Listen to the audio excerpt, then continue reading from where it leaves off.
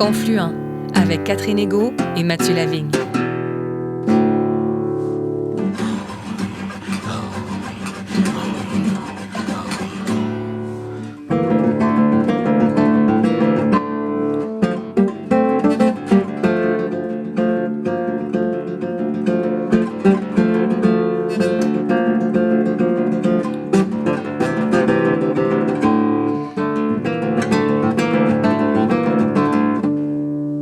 Bonjour Catherine. Bonjour Mathieu. Cette semaine, nous partons pour Val-d'Or, à la rencontre d'une femme dont l'engagement et la voix résonnent bien au-delà de l'Abitibi-Témiscamingue, sa région natale.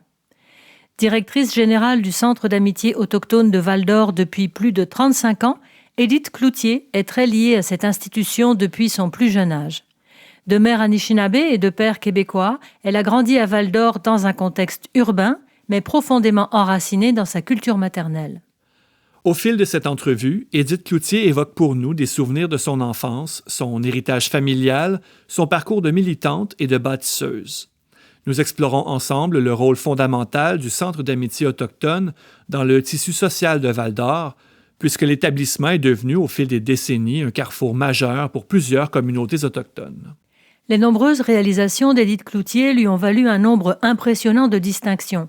Prix de la justice du Québec, doctorat honoris causa de l'Université Concordia et de l'INRS, ainsi que les titres de chevalière de l'Ordre national du Québec et de membre de l'Ordre du Canada. Ces honneurs témoignent de la vaste portée de son action, tant au niveau local que national, et de sa contribution incontournable à l'amélioration des conditions de vie des Autochtones en milieu urbain. À notre micro, Édith Cloutier aborde aussi le soutien apporté par le Centre d'amitié de Val-d'Or aux femmes autochtones qui ont révélé les abus policiers dans cette région, des dénonciations qui mèneront à la commission Vient. Elle revient également sur la création du Conseil national de réconciliation, auquel elle participe notamment à titre de membre du conseil d'administration inaugural. Enfin, Édith Cloutier nous parlera de spiritualité, de transmission et de cette énergie qui continue de la porter au fil de son parcours incarnant l'espoir et la dignité.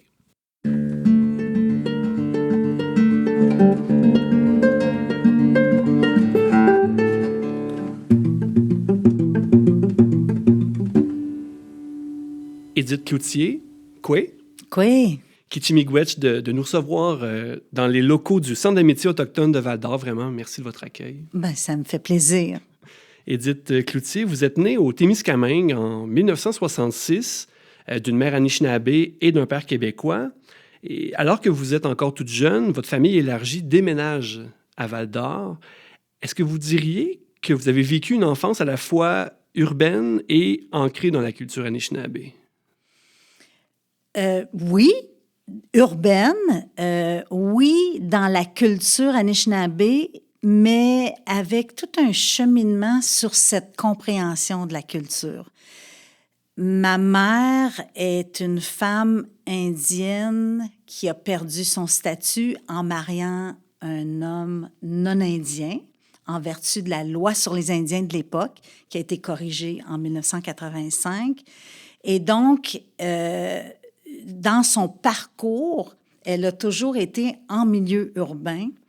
Et évidemment, dans ces époques-là, donc on est dans les années 60, fin 50, les Autochtones qui quittaient les communautés, qui se retrouvaient en contexte urbain, n'avaient pas d'opportunité tant que ça de préserver les liens culturels, la langue, les coutumes qui étaient déjà effrités par le système des pensionnats indiens. Donc, ça donnait pas grand-chose dans la vie de parler anishinaabe quand tu vivais à Val-d'Or, par exemple, si tu voulais un emploi. Le fait autochtone était un fait invisibilisé. Donc, voilà, j'ai grandi en ville parce que le système de la loi sur les Indiens faisait en sorte que les femmes perdaient leur identité et elles ne pouvaient plus vivre dans les communautés. Et donc, moi, mon cheminement puis mon parcours m'a amené à grandir en ville, mais en étant toujours très consciente que j'étais anishinaabe parce que vous parliez de famille élargie. On est déménagé avec les tantes, les cousins, les cousines, les grands-parents, parce que j'ai grandi beaucoup plus alignée avec ma famille Anishinaabe, la famille de ma mère, mais dans un contexte urbain.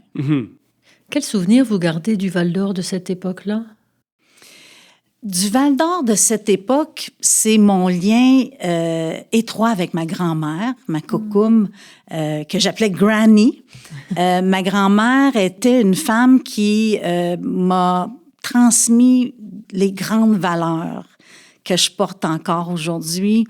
Ma grand-mère, c'était une femme qui était très religieuse, pratiquante. On sait qu'il y a eu un grand mouvement de christianisation chez les Autochtones. Et on le voit encore aujourd'hui beaucoup. Les Inuits vont faire du pèlerinage à Sainte-Anne-de-Beaupré. Mais ma grand-mère, elle vient de cette réalité-là.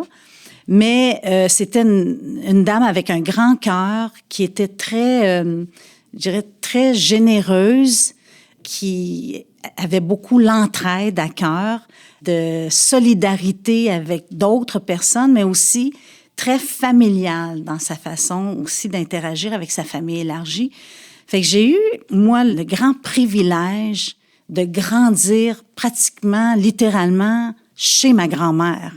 Et donc, j'ai pu avoir toute cette transmission intergénérationnelle, mais sur la base des valeurs, puis sur la base aussi de la fierté.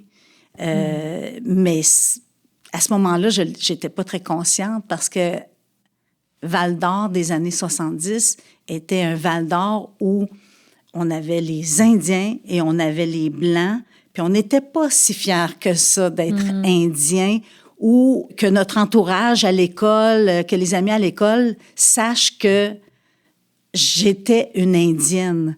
Mais bon, fait que ça fait partie aussi de ce qui a marqué mon parcours, puis qui m'a amené aussi à faire ce que je fais aujourd'hui, qui est de travailler beaucoup dans la justice sociale, la lutte contre le racisme, la défense des droits, parce que tout jeune, j'ai pris conscience de ces réalités-là et des impacts que ça a eu sur ma mère, sur ma grand-mère, sur ma famille. Et est-ce que vous diriez que vous êtes issu d'une lignée de femmes autochtones qui avaient ce désir de se battre pour plus de justice sociale, de femmes engagées politiquement, socialement? Bien, c'est vraiment avec un regard sur peut-être 25 ans, 30 ans plus tard, que quand j'ai eu à commencer à raconter mon histoire, que dans cette narration-là, je réalisais que, bon, je racontais que ma mère avait perdu son statut, que c'était la conséquence de la loi sur les Indiens, que je me souviens tout jeune de voir donc tout ce mouvement des femmes autochtones à revendiquer les changements de la loi sur les Indiens et donc de partir manifester à Ottawa sur la colline parlementaire avec des affiches et des pancartes à une époque où, bon, les manifestations, on voyait les manifestations syndicales, mais on voyait des mouvements citoyennes autochtones, il n'y en avait pas. C'était vraiment le début de tout ce mouvement-là des Autochtones qui commençaient à être visibles et à se manifester dans la reconnaissance des droits. Donc, c'est vraiment à travers plus mon parcours où j'ai eu à commencer à raconter cette histoire que j'ai fait le constat que, effectivement, j'ai été imprégnée de ce besoin de justice sociale, comme je mentionnais tantôt, puis aussi donc de tout jeune d'être exposé à la manifestation de nos droits, que c'est correct de le faire. Ah oui. Et ça vous a mené au Centre d'amitié autochtone. Vous y êtes depuis très longtemps, très jeune, vous êtes venu ici.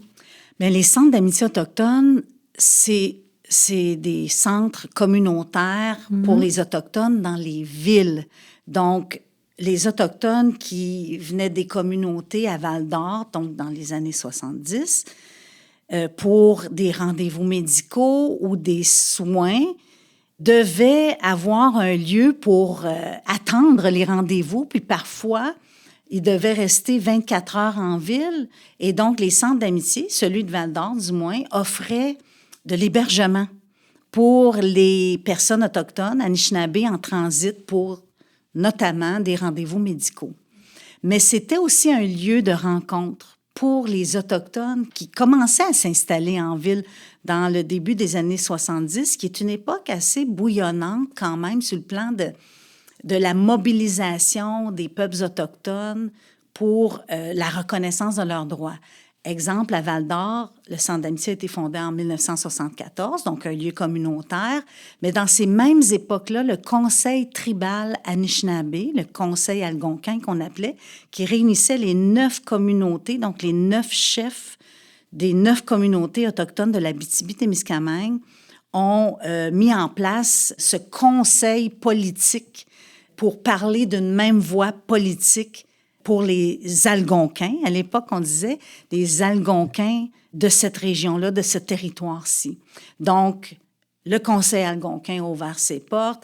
Il y avait aussi une radio communautaire autochtone qui a commencé à diffuser dans des locaux au centre-ville de Val-d'Or.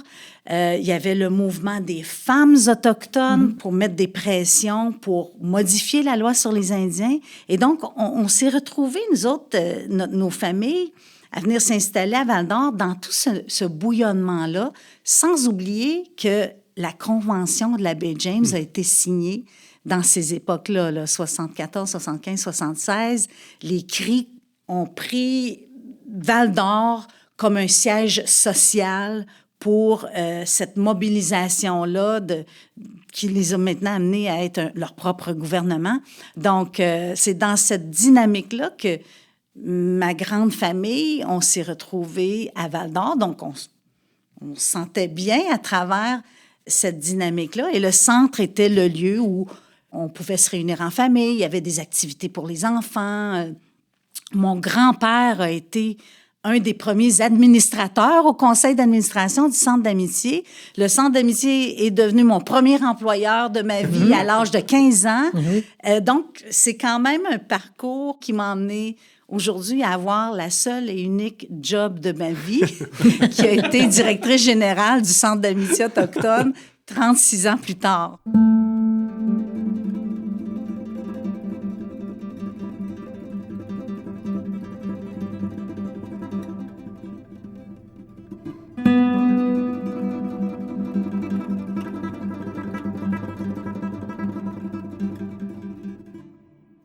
Édith Cloutier, il existe 122 centres d'amitié autochtones au pays.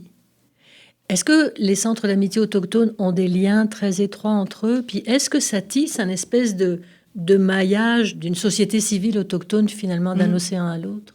On parle du mouvement des centres d'amitié autochtones au Canada, le mouvement des centres d'amitié autochtones au Québec, qui partagent vraiment une mission commune qui est d'améliorer la qualité de vie des Autochtones en milieu urbain, qui est d'offrir vraiment un espace de manifestation culturelle, identitaire et citoyen.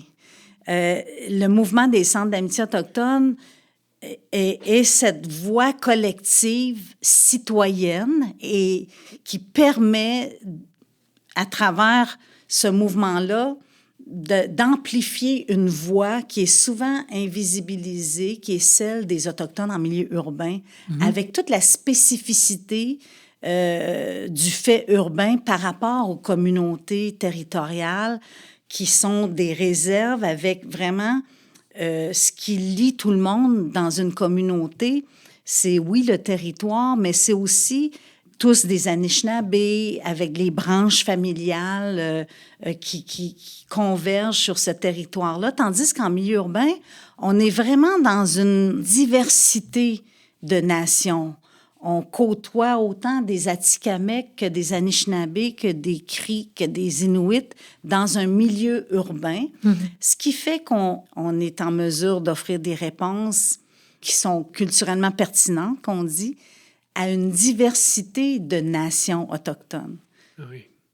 Puis le Centre d'amitié autochtone de Val-d'Or est particulièrement dynamique, puis il y a différents services qui sont offerts. Un de ceux, je pense, qui a le plus de portée, même je dirais à l'extérieur de Val-d'Or, c'est votre clinique de santé. C'est la clinique Minoé, c'est bien ça?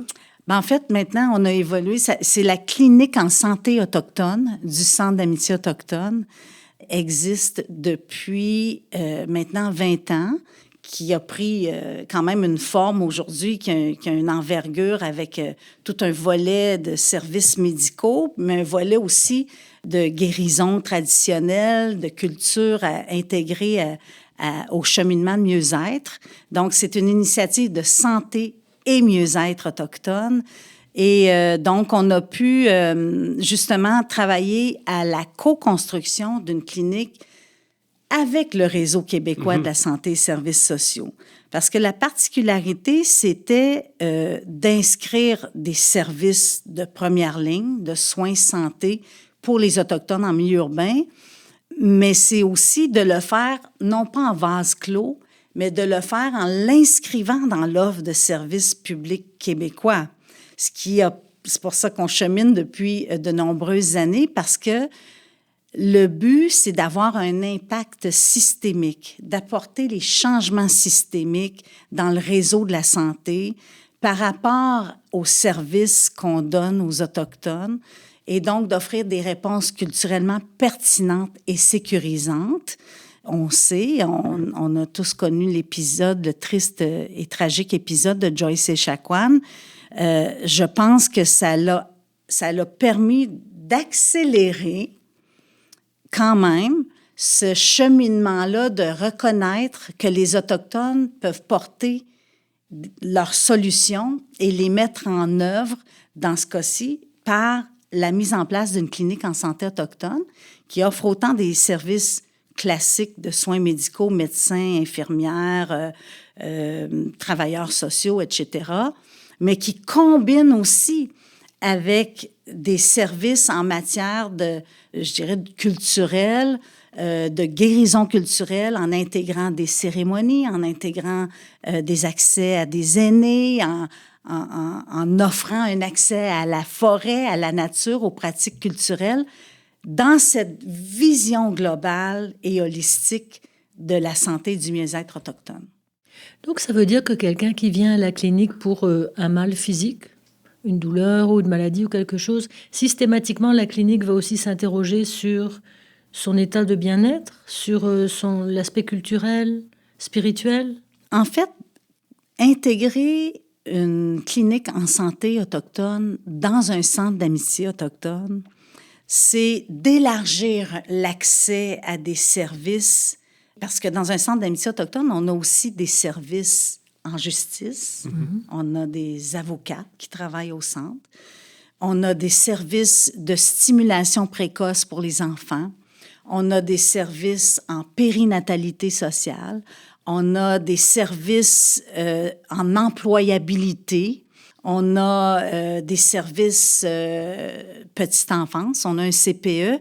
Donc, mon point, c'est quand on rentre dans un centre d'amitié, on peut rentrer parce qu'on a un mot de ventre puis il faut voir le médecin, mais qu'à travers la rencontre, on peut voir dans l'histoire familiale de la personne qu'on peut offrir des réponses multiples pour le mieux-être global pour son enfant de 3 ans qui a des difficultés de langage. Il peut y avoir une référence dans nos services de stimulation précoce. On a des orthophonistes, on a des éducateurs spécialisés. Puis en même temps, elle peut avoir son conjoint qui est sans emploi, puis qui pourrait s'intéresser à nos parcours en enrichissement des compétences et accéder à ce parcours-là pour cheminer vers un retour sur le marché du travail. Et elle peut avoir son adolescente qui vit des problématiques liées à l'alcool, à la drogue. On a des groupes de soutien pour les adolescents, les adolescentes. On a donc tout ça dans un centre d'amitié autochtone qui permet d'offrir des réponses holistiques, globales, intégrées, familiale, Puis ça fonctionne, ça fonctionne. Et Édith Cloutier, vous avez évoqué un peu plus tôt le CPE, le Centre de la petite enfance, qui est lié au Centre d'amitié autochtone de Val-d'Or. C'est le CPE Abinojij-Miigwech. Oui, c'est exactement ça, oui. Donc, j'aimerais qu'on en parle parce que, bon, j'ai le goût de déménager à Val-d'Or pour que mes petits-enfants, éventuellement, puissent y aller à ce CPE. Mais, donc, c'est un CPE qui est mixte, allochtone et autochtone. Si vous voulez nous en parler, c'est un lieu de transformation sociale, là, littéralement. Là. Quand on a travaillé à monter ce projet, on est dans les années début 2000, là, fin 90, début 2000, à l'époque de Pauline Marois, qui avait donc mis en place tout ce système de CPE, Centre de la petite enfance. Et au Centre d'amitié, on est très proactif quand les besoins de services de garde en étaient un qui avait été manifesté par des membres de notre communauté, par les familles de notre communauté. Et donc, on était prêt à proposer un projet, mais un projet particulier dans le programme des CPE qui venait d'être annoncé. Il faut dire que le centre, quand on développe des initiatives, que ce soit en santé autochtone ou en service de garde à l'enfance, c'est toujours un cercle qui ne rentre jamais dans le carré. Donc, on proposait un cercle, mais le gouvernement avait un carré. Donc, on est devenu très habile à faire rentrer le cercle dans le carré. Oui. Alors, ce qu'on proposait comme projet, c'était d'avoir un CPE qui était autochtone de par le programme éducatif en intégrant vraiment tout le volet autochtone. Il n'y en avait pas d'autres là, au Québec. On avait des programmes éducatifs montés par le ministère qui étaient donc transmis dans les CPE. C'était ça le but, d'avoir des CPE qui ajoutaient la composante éducative, mais nous, on avait la composante culturelle qui s'ajoutait. Et en même temps qu'on montait le projet de CPE, donc on construisait une nouvelle annexe qui allait être dans les locaux du Centre d'amitié, ce qui allait à l'encontre de la vision des CPE qui avaient leurs propres installations. Donc, encore là, le cercle dans le carré.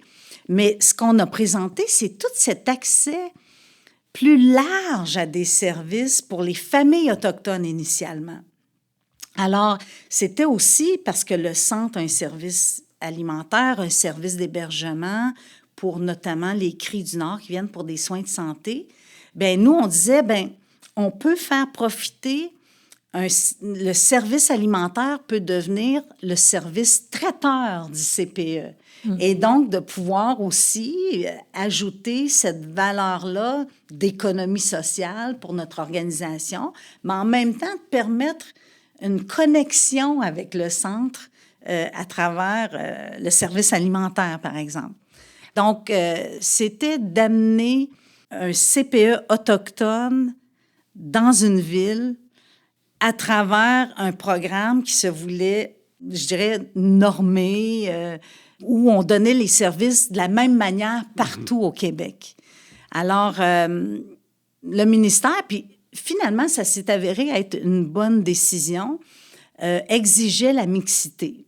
Donc, on a dit, OK, si on veut un permis, on est prêt, comme on est en milieu urbain, comme la mission du centre, c'est aussi de favoriser le rapprochement entre les peuples, la lutte contre le racisme. Donc, ça nous a amené effectivement à dire, on va avoir un certain nombre de places pour des familles allochtones, mais les allochtones vont vivre une immersion culturelle inversée, comme nos enfants dans les écoles sont en immersion culturelle québécoise. Alors, c'est là qu'on a emmené l'idée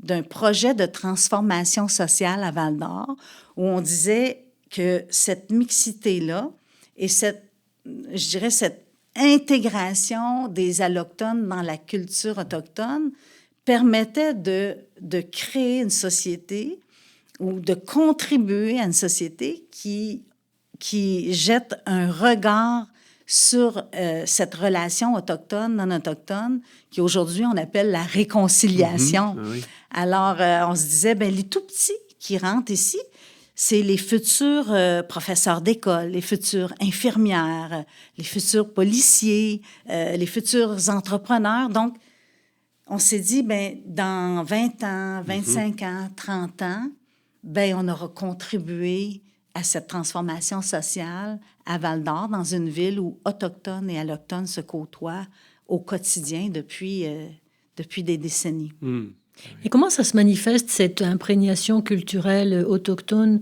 Quelles sont les activités que font les enfants qu'ils ne font pas dans les autres CPE, par exemple? Mais par exemple, les groupes.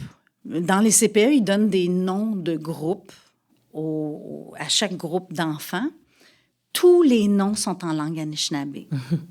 Ils apprennent des comptines en langue anishinaabe. Autant les jeunes autochtones que les allochtones.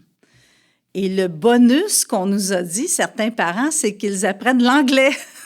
Parce que il y a pour les cris, exemple, la seconde langue est l'anglais.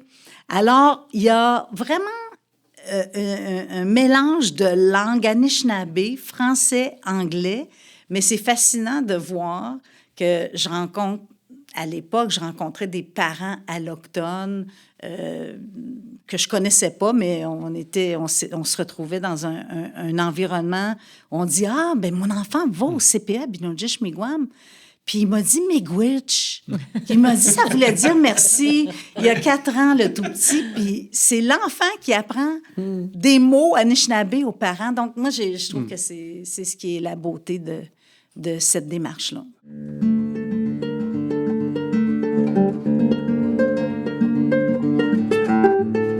Confluent, avec Catherine Egault et Mathieu Lavigne.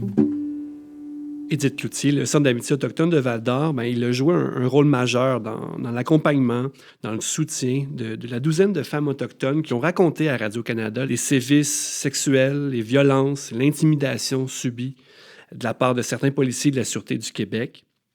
Rappelons que le reportage qui a été présenté à l'émission Enquête en 2015 et qui donnait la parole à ces femmes a eu un impact majeur. La commission Vient sur les relations entre les Autochtones et certains services publics au Québec a été créée dans la foulée de cette dénonciation, de ce reportage. Édith Cloutier, le Centre d'amitié autochtone est toujours resté proche de ces femmes qui ont pris la parole avec courage. Est-ce que vous diriez que ces femmes ont, plus de 10 ans après les dénonciations, obtenu justice? La réponse courte, c'est non. La réponse longue, c'est bien, ça a permis de mettre dans l'espace public, puis pas juste sous l'angle autochtone, mais plus large, dans quelle réalité ces femmes autochtones se retrouvent. La justice vient par des gestes concrets. On a mis beaucoup d'espoir dans la commission Vient qui, effectivement, découle du courage et de la dénonciation de ces femmes. À l'issue de la commission Vient, il y a des recommandations, des appels à l'action importants dans différents domaines parce qu'on se penchait sur les relations entre les Autochtones et certains services publics, santé, justice, services, sécurité publique, etc., qui ont aujourd'hui des impacts importants. Ça, on ne veut pas minimiser ça, mais le fait des femmes autochtones, la réalité des femmes autochtones, elle est presque invisible à travers le rapport. Il n'y a aucun angle féministe autochtone dans le rapport de la commission Vient. Et ça, on l'a manifesté au commissaire, on l'a manifesté lorsque le rapport a été déposé. Puis comme je dis, je ne veux pas minimiser les impacts positifs. La clinique en santé autochtone est citée comme un modèle, là, et ça nous a donné des opportunités de s'asseoir avec les instances gouvernementales pour atterrir avec un financement adéquat. Mais la question des femmes autochtones et leur relation avec l'institution policière n'a pas été... je vais le dire en anglicisme, adressé dans le rapport.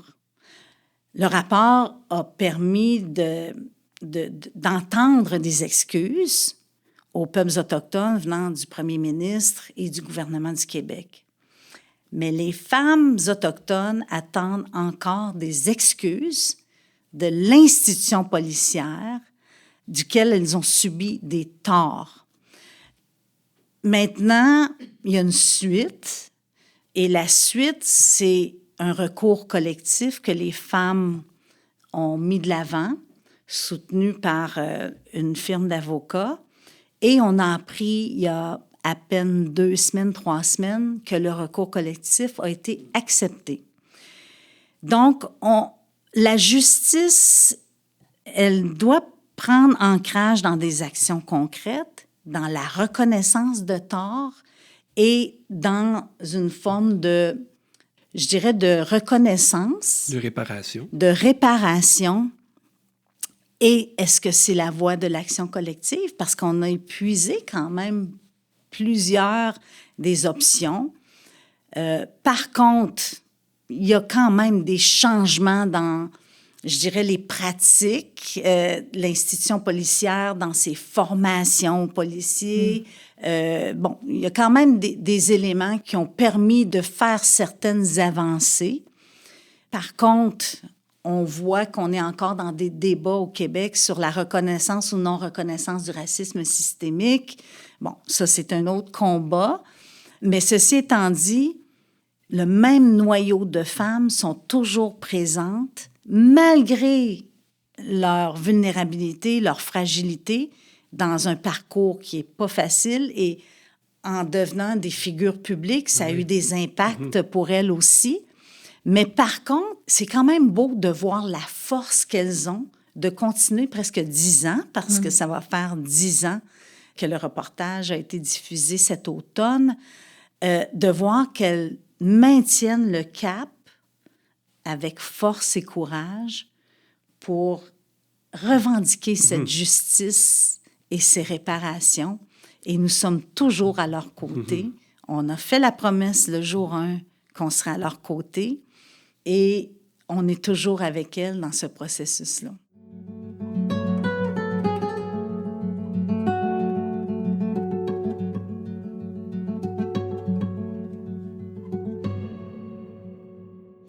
Édith Cloutier, vous faites partie d'une équipe de 5 personnes autochtones devant mettre sur pied le premier Conseil national de réconciliation, donc un organisme fédéral présentement en chantier, qui va venir... Il a été créé, là, on l'a fondé et tout. Là. Officiellement, ouais, c'est vrai, avec le CA a été annoncé et tout ça. Donc, cet organisme viendra répondre à l'appel à l'action numéro 53 formulé par la Commission de vérité et réconciliation. Donc, ces appels à l'action qui ont été lancés au moment de mettre fin aux travaux de la Commission en 2015. Donc, Édith Cloutier, concrètement, comment va être déployé le mandat du Conseil national de réconciliation? Bien, votre question tombe à point parce qu'on tient notre première réunion du conseil d'administration en personne avec le conseil d'administration pratiquement complet, 9 personnes sur un total de 13, et on tient notre première réunion à la fin du mois de juin. Oui. J'ai eu le grand privilège d'être nommée présidente de ce conseil d'administration qui a un mandat de mettre en lumière les avancées de la réconciliation au Canada. Donc, un grand chantier devant nous. Puis, je pense qu'il y en a beaucoup d'initiatives à différentes échelles qui sont dans la direction de la réconciliation, mais qui sont pas si bien documentées que ça. Donc, le travail du Conseil, c'est de documenter, de répertorier, de dialoguer avec des acteurs de la grande société canadienne qui prônent la réconciliation, qui agissent sur la réconciliation. Mais il y a aussi un autre volet du mandat qui est de mesurer les progrès de la réconciliation du gouvernement du Canada, qui a la responsabilité de faire avancer les appels à l'action. Il y a différents rapports qui indiquent qu'on n'est pas aussi avancé qu'on le devrait. Comme au Québec, il y a une veille sur les avancées de la Commission Vien qui sont pas... on n'est pas aussi avancé qu'on devrait l'être. Mais ceci étant dit, ce Conseil national de réconciliation aura un mandat de déposer un premier rapport dans 1 an avec une mesure des progrès de la réconciliation au Canada dans la grande société, mais aussi auprès du gouvernement dans son imputabilité puis sa responsabilité de faire avancer la réconciliation au Canada. Édith Cloutier, bon, vous êtes, donc on vient d'apprendre, présidente du conseil d'administration du Conseil national de réconciliation. On comprend à vous écouter aussi dans votre travail au Centre d'amitié autochtone de Val-d'Or que vous êtes un pont entre les personnes autochtones et les personnes allochtones. J'aimerais vous demander, dans cette optique-là, quel regard vous posez sur la notion même de réconciliation qu'on entend souvent, qui est parfois critiquée en milieu autochtone, très souvent utilisée en milieu allochtone. Quel regard vous posez sur cette notion-là? C'est une bonne question parce qu'effectivement, la réconciliation est un grand thème et on l'entend beaucoup dans toutes sortes d'occasions. Ce qu'on entend davantage, on parle de plus en plus de réconciliation économique. On dirait que ce grand thème de la réconciliation a pris beaucoup de place dans la réconciliation économique, ce qui est normal parce qu'on associe ça à la reconnaissance du territoire, le développement, puis on est dans une zone minière, là, on est dans une région minière, une région forestière, et les Anishinabés négocient des ententes avec des minières, et tout ça sous le grand chapeau de la réconciliation économique. Mais dans mon cheminement à travers le Conseil, puis la fondation du Conseil national de réconciliation, j'ai réalisé par différentes rencontres que je faisais qu'il y a plusieurs formes de réconciliation. On parle de réconciliation économique, mais il y a aussi la réconciliation historique, de connaître l'histoire. Il y a la réconciliation sociale. Ça, c'est toute la rencontre communautaire, les rencontres qu'on fait. Le Centre s'inscrit beaucoup dans la réconciliation sociale. Il y a la réconciliation corporative. Il y a des grandes entreprises qui initient des actions de réconciliation. Par exemple, dans le sport, les Canadiens de Montréal inscrivent maintenant dans chaque ouverture de partie de hockey au Centre Bell, ça se fait d'abord par un protocole de reconnaissance territoriale. Donc, des institutions comme celle-là ou des entreprises qui posent des gestes puis qui ont un impact massif ouvrent des grandes portes sur la réconciliation. Donc, je pense qu'il y a plusieurs thèmes de réconciliation qui permettent, à travers la société, d'agir puis de trouver son espace, sa zone de confort pour participer à cette réconciliation-là. Donc, moi, je le vois comme étant vaste et qu'on peut s'inscrire dans plusieurs formes de réconciliation. Puis à travers le Conseil national de réconciliation, mais je pense que ça va être une chance inouïe de pouvoir creuser davantage ces différents volets de la réconciliation au Canada, puis de mettre ça en lumière, justement.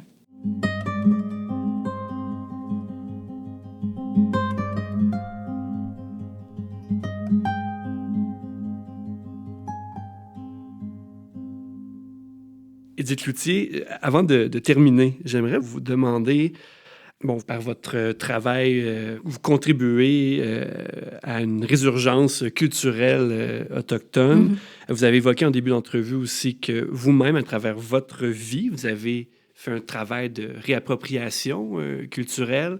Vous avez déjà parlé en entrevue de la dimension spirituelle également. Est-ce que de ce côté-là aussi, il y a eu un travail de réappropriation d'une spiritualité qu'on pourrait nommer autochtone?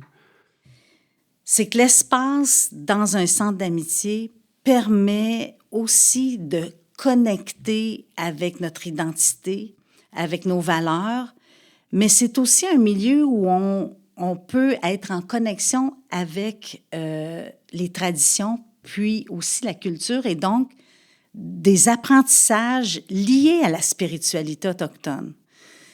Les centres d'amitié, c'est une de nos grandes forces, c'est de protéger cette culture en assurant une transmission intergénérationnelle, mais aussi des savoirs autochtones. Donc, il y a une place privilégiée pour les aînés, il y a une place privilégiée pour les porteurs de savoir, et il y a surtout un accès qui est donné à ces aînés et ces porteurs de savoir aux membres de la communauté. Et c'est grâce à cet accès-là que moi, j'ai pu apprendre tout au long de ma vie, parce que c'est 35 ans de ma vie, de recevoir des enseignements de nos aînés qui sont présents localement à l'échelle des événements qu'on a ou des rassemblements nationaux qu'on a dans le mouvement des centres d'amitié. Cette présence des aînés, ces porteurs de savoir, fait qu'on est en apprentissage en continu. Et c'est devenu ça, moi, ma voie spirituelle. Puis c'est de trouver son équilibre parce qu'on reçoit ces enseignements-là et ces apprentissages-là. Puis en même temps, bien, ça vient nous donner ce renforcement-là identitaire, puis cette capacité de se définir, puis d'agir en fonction de où on se situe aussi dans notre parcours. Donc moi, ça a été un grand privilège d'avoir accès encore aujourd'hui à des enseignements que les aînés nous font, mais aussi à tous ces apprentissages spirituels qui se font dans la pratique. Oui. C'est vraiment, on tient des cérémonies, on entend des discours, on ouvre des rencontres de manière traditionnelle. Donc, c'est à travers ce qu'on vit qu'on a ces enseignements et ces apprentissages-là. Mais Édith Cloutier, il nous reste à vous dire miigwech. Ketchi-miigwech à vous. Ketchi-miigwech. Merci. Ketchi-miigwech.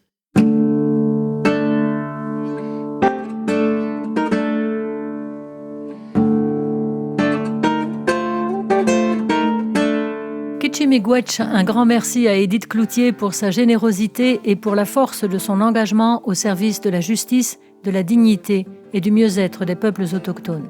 L'émission Confluent est portée par Mission Chez Nous, organisme de solidarité chrétienne avec les premiers peuples. Pour en savoir plus, www.missioncheznous.com. À la semaine prochaine, Catherine. À la semaine prochaine, Mathieu.